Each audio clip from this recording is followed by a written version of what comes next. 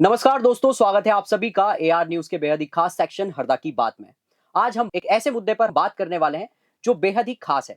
एक ऐसा मुद्दा जो जमीन से जुड़ा हुआ है कि हाँ, आज हम बात करेंगे किसानों के हक की।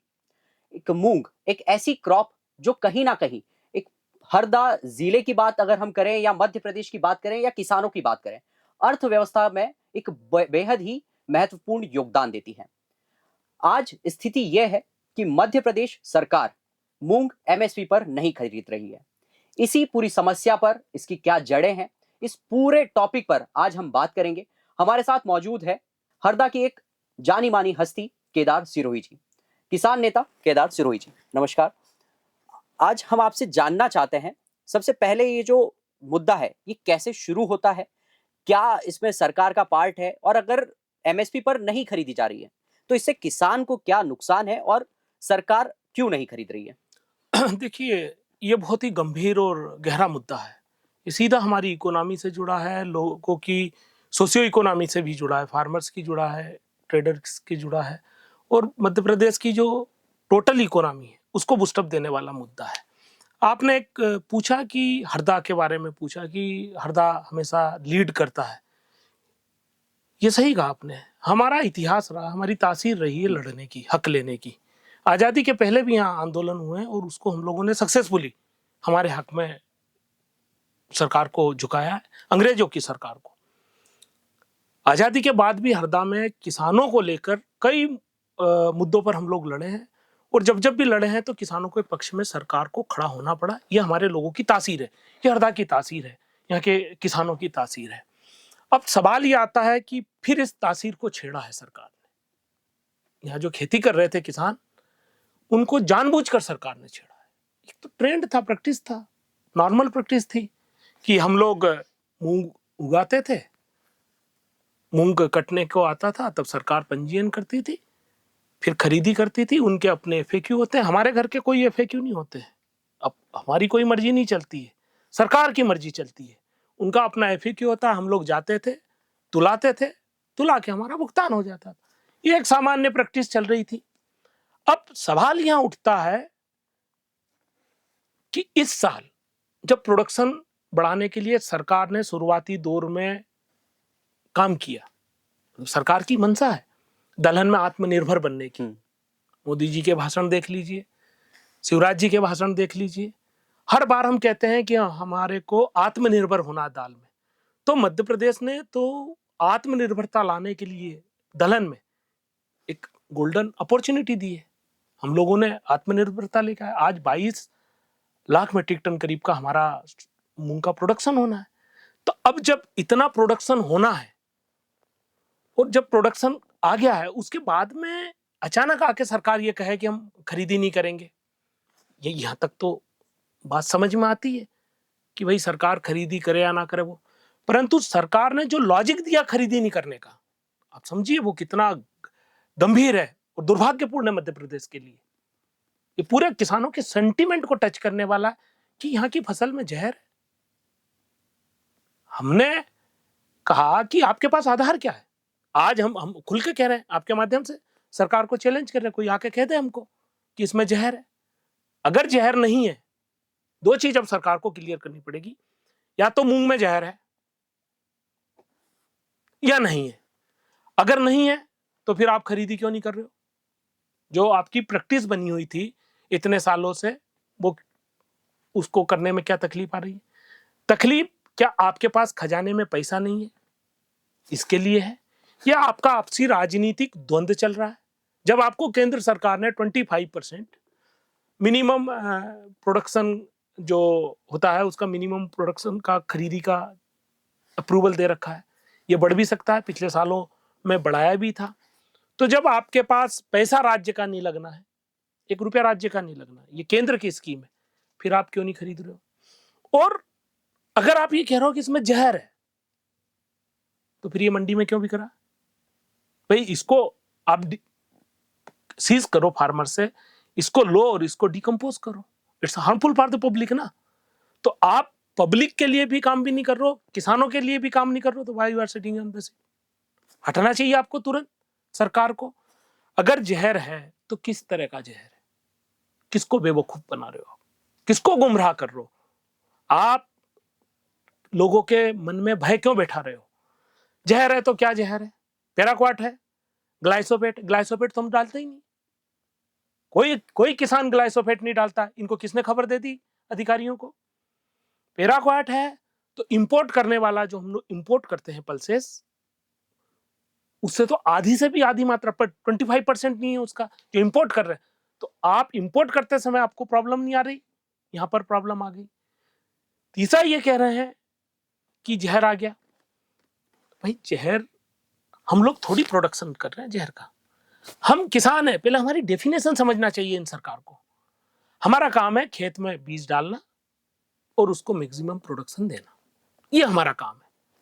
अब बाकी का काम सरकार का आता है। अब जहर बिका है, केमिकल बिका है, तो मध्य प्रदेश में प्रिंसिपल सर्टिफिकेट तो आपने ही दिया, सरकार ने दिया है ना। हमने तो हमारे घर से सील टप्पे लगा के दुकान नहीं खुलवाई है, सरकार ने अप्रूवल दिया है। जो सरकार के नाम है, इंसेक्टिसाइड जो बोर्ड के जो नाम है उसके तहत दिया है। तो फिर ये यहाँ पर जहर कैसे आ गया, ये हम लोग सरकार से पूछ रहे हैं। जब आपको पता है तो आप पिछले 1-1.5 साल से इसको रोकने के लिए काम क्यों नहीं कर रहे थे? किसके दबाव में थे आप? भाई अगर किसी चीज में प्रॉब्लम है तो उसको बैठ के सॉल्व करना चाहिए था। ये आरोप लगा के इसे भागने से तो मामला नहीं बनेगा। जो आज इस भागने के मामले से क्या हुआ, जो आपका प्रश्न था क्या नुकसान है, 22-20 हजार करोड़ की फसल है, 6,000 करोड़ का लॉस है हमको। 1 एकड़ पे 25,000 रुपए का लॉस, आप समझ रहे? जितना तो प्रॉफिट नहीं है, साल भर की खेती का प्रॉफिट नहीं है, वो उसको आप एक बार में बर्बाद कर दोगे। और हद तो यहां हो जाती है कि एक अधिकारी बिना कैबिनेट के आके बोल गए, और उस दौर में बोल के गए जब आप इरिगेशन का फैसिलिटी बढ़ा रहे हो पूरे मध्य प्रदेश में। डैम क्यों बना रहे हो? प्रकृति को छेड़ क्यों रहे हो?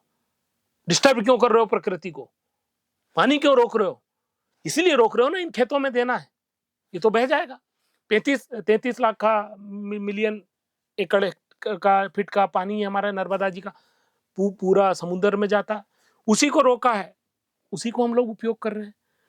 आप कहते हो कि हमको जो एग्रीकल्चर का वैल्यू है $500 बिलियन का, इसका 1.5 ट्रिलियन तक ले जाना है। किसे ले जाओगे? उत्पादन नीचे करके ले जाओगे? उत्पादन बढ़ाना पड़ेगा, प्राइस बढ़ाना पड़ेगा, तब ले जाओगे। अब ये क्रॉपिंग इंटेंसिटी जो है वो 155-60% की है मध्य प्रदेश में, पिछड़े हैं। इसको 200 सवा 200 तक ले जाना है। आज मध्य प्रदेश के किसानों की अगर ये मूंग हट जाए ना, तो हम अंतिम 4-5 राज्यों में इनकम में आएंगे। ये इलाका जो है, ये मूंग और इस तरह की फसलें, जो 3 फसलें ये आ रही है, तब जाके किसानों की स्टेबिलिटी आ रही है, थोड़ा सा सक्षमता आ रही है। अब कॉम्पीट करने चले हो अमेरिका से, चाइना से, और प्रोडक्टिविटी में जहां हो रही है उसको इस तरीके से रोक दोगे, तो आपका मार्केट कहां से सस्टेन करेगा? आपके लोगों को कहां से आप खिलाओगे? आज देश के सामने कितनी चिंता है, 80 करोड़ लोग तो आपको 5 किलो देना है, लिमिट से बाहर हो चुकी है। आने वाले 5-7 साल में ऐसा कोई प्रोस्पेक्ट, ऐसा कोई रोड मैप नहीं है सरकार के पास जिससे गरीबी कम होगी, गरीबी बढ़ेगी। किसानों की स्थितियां हर दिन खराब सी होती जा रही। आय दुगनी करने की बात करते हो, कर्जा देख लीजिए, 25-27 लाख करोड़ का टोटल देश के किसानों पर कर्जा। मध्य प्रदेश के किसानों पर 1,20,000 करोड़ का तो लाख करोड़ का कर्जा है हमारे किसानों के ऊपर। अब ऐसे समय में आप इनको प्रमोट करने की बजाय इनको इस तरीके से रोकोगे तो ये बड़ा दुर्भाग्यपूर्ण होगा। जैसे कि आपने कहा कि हरदा की जो तासीर रही है, यहाँ कई आंदोलन हुए हैं, कई ऐसे आंदोलन हुए हैं जिसके बाद सरकार को किसानों के साथ खड़ा होना पड़ा है। लेकिन जैसे पिछली बार भी हमने सोयाबीन का देखा, सोयाबीन के भाव बढ़ाने के लिए, 5500 पार करने के लिए किसानों ने काफ़ी बड़ा आंदोलन किया, भोपाल तक कूच करी, जिसके बाद फिर सरकार मानी भी। लेकिन वहीं आज हम स्थिति देख रहे हैं, किसानों को हर बार लाइन में लगना पड़ता है, चाहे वो डीएपी की लाइन हो, खाद खरीदने की लाइन हो। आज किसान फिर लाइन में लगा हुआ है आंदोलन की।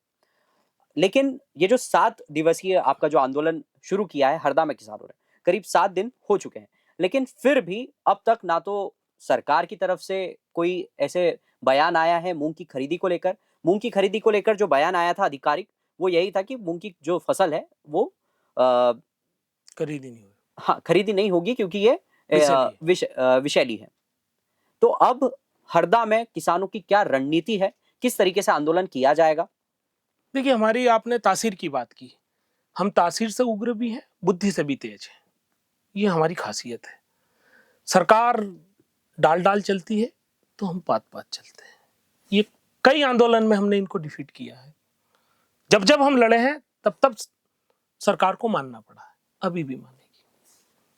आज ये आंदोलन पूरे मूंग उत्पादक क्षेत्रों में चल रहा है, इसका प्रभाव सरकार पे जा रहा है। आंदोलन का कतई मतलब नहीं है कि हम मोहन यादव को बता रहे हैं, उनको तो मालूम है ना, उनको तो मालूम है कि ये प्रॉब्लम तो उनने ही जनरेट की है ना, हमने थोड़ी की है। उनको तो हमारे से ज्यादा अच्छे से मालूम है।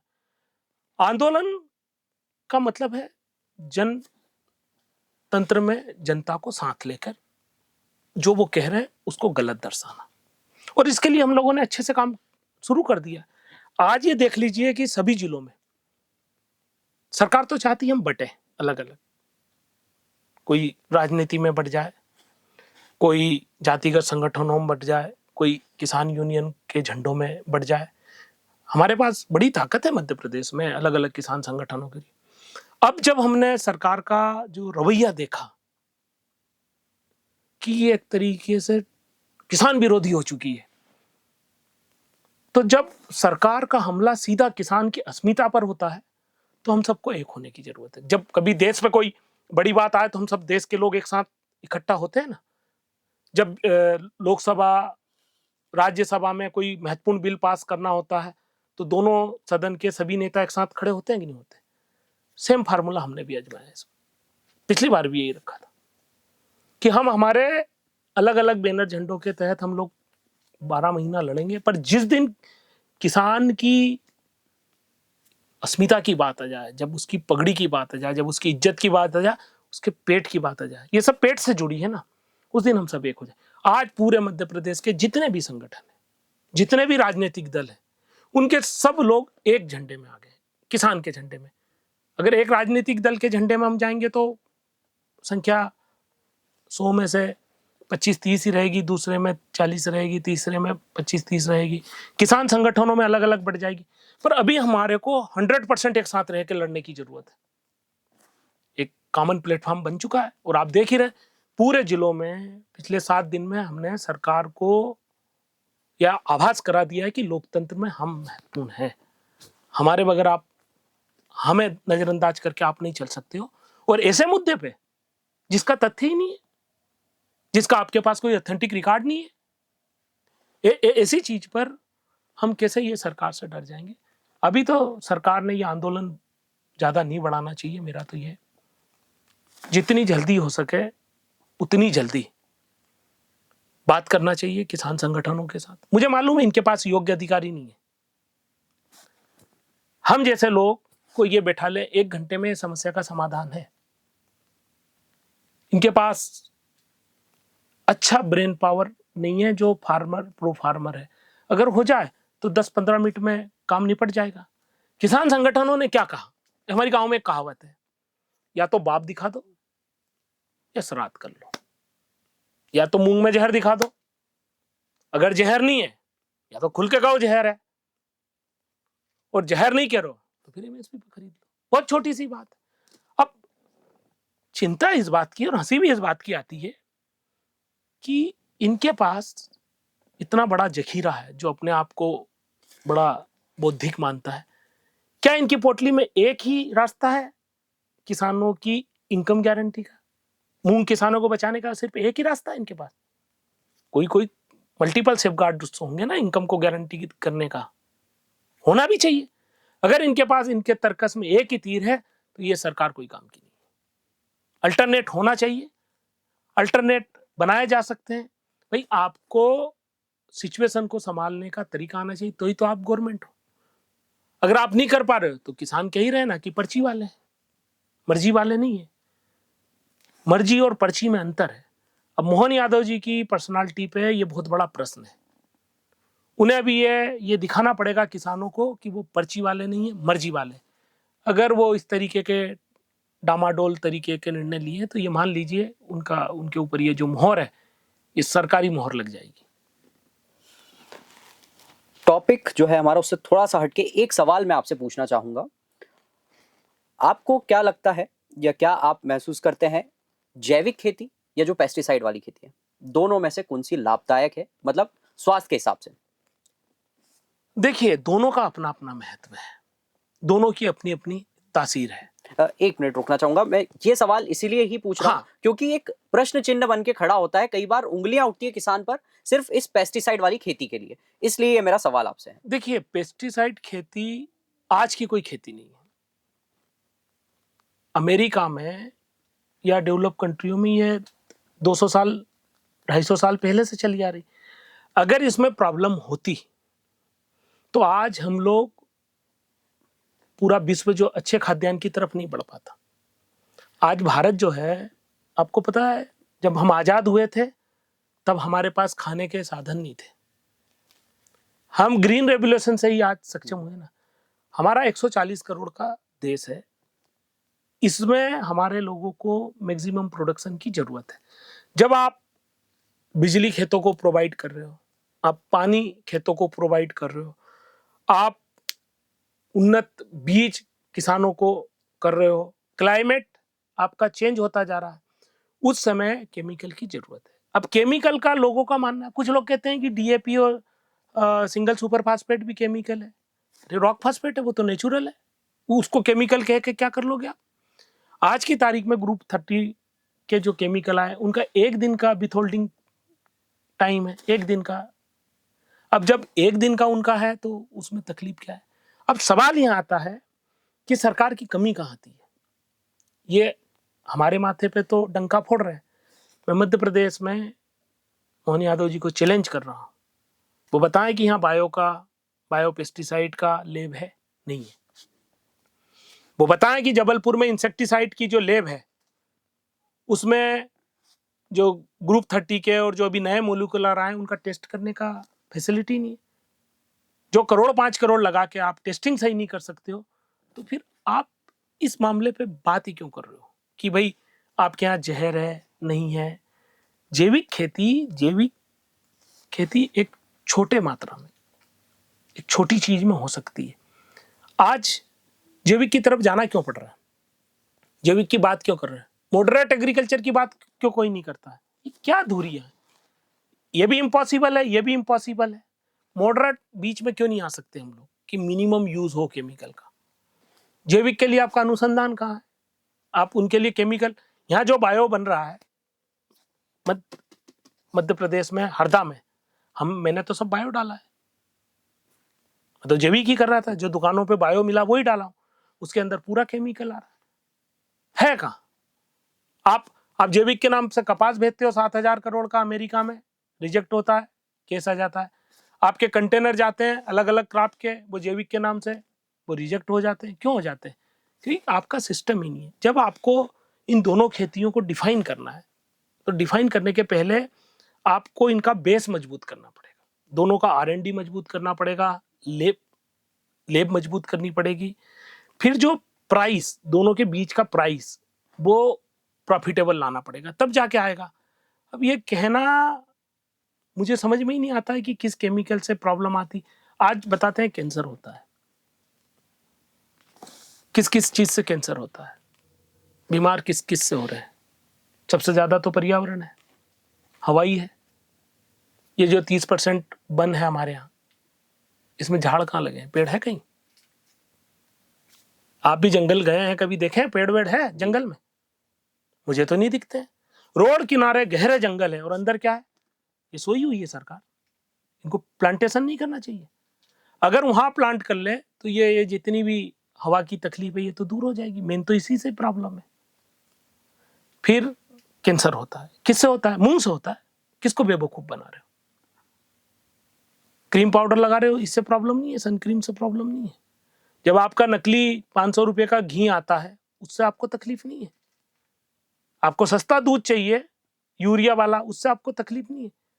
आपके मिर्च मसाले सब तो डुप्लीकेट आ रहे हैं, आप वहां करके देखिए ना। वहां वहां तो कोई देखने को सवाल ही नहीं उठता। सिर्फ प्रोडक्शन से नहीं आ रहा है फार्मर के। ये जो केमिकल हम लोग डालते हैं ना, इनका इम्पेक्ट 2 से 3 दिन होता है। हर किसान इनको 7 दिन तो घर सुखाता है, उनका इम्पेक्ट है ही नहीं। इसलिए हमने दावे के साथ सरकार से कहा है कि जिस दिन हमारी फसल कटे आप उस दिन टेस्ट कर लो, FSSAI को बुला लो, टेस्ट कर लो, और जिस दिन आपके वेयरहाउस से उठे उस दिन टेस्ट कर लो। दोनों के बीच में अंतर आया तो क्यों आया? हम तो खुले आसमान में खेती करते हैं ना। हमारे को तो सभी चीजों का चैलेंजेस है, प्रकृति का भी चैलेंज है, नीचे का भी चैलेंज है, पर वेयरहाउस में किस चीज का चैलेंज है? वहां तो IPM नहीं कर पाए आप। अब जैविक और हम इसकी बातें करते हैं, इंटीग्रेटेड पेस्ट मैनेजमेंट नहीं कर पा रहे वहां पर। एक गोडाउन में जो कबर्ड है, जहां पर आप हर चीज अपने हाथ में कंट्रोल कर सकते हो, वहां पर आप जैविक कंट्रोल क्यों नहीं कर पा रहे हो? अरे भाई, जहां सबसे ज्यादा खतरा वहां तो सोचो।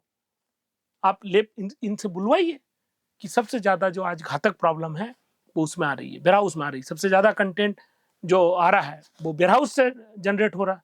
तो वहां देखो ना, वहां तो आप कंट्रोल नहीं कर पा रहे हो। बड़ा लंबा विजन बनाने की जरूरत। वही मैंने कहा, सरकार के पास ना आइडिया है, न समस्या का समाधान, और न करना चाहती है। बैठाए ना, मध्य प्रदेश के जितने भी एक्सपर्ट्स हैं उनको बैठाओ, बुलाओ, ओपन डिबेट रख लो, सब अपना अपना पक्ष रखेंगे। हाँ, मैं खुद मूंग खाता हूं, जो मैं उगा रहा हूं वो डेली खाता हूं। अब क्या बोलूं कि 3 IAS से कुश्ती लड़ लूं मैं? ये जो अफ्रीका का जैविक ला रहे हैं, इनको 3 को भेज दो, कुश्ती लड़ लेते हैं हम लोग, उनसे मजबूत है। कहां से तकलीफ है? ये सिर्फ बहानेबाजी है। देखिए, इसके पीछे जो असली सवाल है, खरीदी नहीं करना, खरीदी के बहाने बनाना। अभी कुछ दिन पहले पढ़ा आपने, 5,000 करोड़ लेना चाहती है। जब आपकी इकोनॉमी लंबी चौड़ी जा रही है तो आपको 5,000 करोड़ लेने की क्या जरूरत है? आपको तो देना चाहिए। इनके पास पैसा नहीं है, इनके पास इतना भी पैसा नहीं है कि ऑपरेशन चला ले खरीदी का, उससे बहाना बनाना है बस। इन्होंने एक हवा में तीर फेंका था बर्नवाल के थ्रो कि जहर है, हमने नोटिस दिया, उसके बाद हम तो कह रहे हैं बोल के बता दो अब जहर है। अब उससे भाग गए ये लोग। तो कुल मिलाकर सरकार नीपापोती करना चाह रही है, पर इस बार हम लोगों ने कमर कस ली है। इस तरीके से सरकार को का जो दमनकारी नीति है या किसानों को हल्के में लेने की नीति है, वो इनके कॉन्सेप्ट क्लियर कर देंगे हम लोग। मतलब कहीं ना कहीं आप ये कहना चाह रहे हैं कि अगर हरदा की बात करें तो करीब 1.5 लाख हेक्टेयर में मूंग की फसल बोई गई है, और अगर पूरे मध्य प्रदेश की बात करें तो ये आंकड़ा और भी 14 लाख हेक्टेयर। 14 लाख हेक्टेयर। और सरकार ये मूंग खरीदी नहीं कर रही है क्योंकि उसके पास फंड नहीं है, ये आपका इल्जाम है? बिल्कुल। इसके अलावा रास्ता, भाई आपने गेहूं नहीं खरीदा क्या? गेहूं क्या हम लोग राख छिड़क रहे हैं उसके ऊपर, कि बाटी बनाई, उसकी राख ले जाके छिड़क दी और गेहूं पैदा हो गया? चने खरीद रहे क्या? हमने गाय का गोमूत्र लिया और जाके छिड़क आया और उसमें कंटेंट नहीं है? बिना बिना उसके। देखिए, आज ये समझ क्यों नहीं रहे? ड्रोन टेक्नोलॉजी की बात कर रहे हैं, AI बेस्ड एग्रीकल्चर करने की बात कर रहे हैं, अमेरिका और चाइना से कॉम्पीट करने की बात कर रहे हैं, और फिर धीरे से कहते हैं कि केमिकल। अरे, जब तक आप सभी चीजों का बैलेंस करके नहीं करोगे ना। भारत में एग्रीकल्चर जो लैंड है, वही लैंड इक्वल टू चाइना है, पर हमारे में और उनमें जमीन आसमान 3 गुने का अंतर है इनकम में, टोटल प्रोडक्शन वैल्यू में। अमेरिका में हमसे कम है, 29 मिलियन हेक्टेयर कितना है, वो भी हमारे इक्वल है। तो जब हमको उनसे कॉम्पीट करना, उनकी प्रोडक्टिविटी गेहूं की हमसे 2 गुना 2.5 गुना है, सभी फसलों की 2-2.5 गुना है। लहसुन जैसा है वो वर्ल्ड में चाइना सबसे ज्यादा 75% प्रोडक्शन कर रहा है, हमसे 3 गुना उनका प्रोडक्शन है। ऐसे समय पे हमको बैलेंस खेती की तरफ जाना करेगा। और ये कोई कह रहे हैं कि हम विदाउट केमिकल खेती कर लेंगे, जैविक कर लेंगे, एक्चुअली इनको भारत नहीं मालूम है, यहाँ की भारत की जनसंख्या वो नहीं मालूम। 2-3 करोड़ जनसंख्या है जिसको आप जैविक खिला दोगे? आपके पास दिनों दिन जमीन कम होती जा रही है, आपकी प्रोडक्टिविटी नहीं बढ़ रही है, जनसंख्या बढ़ रही है।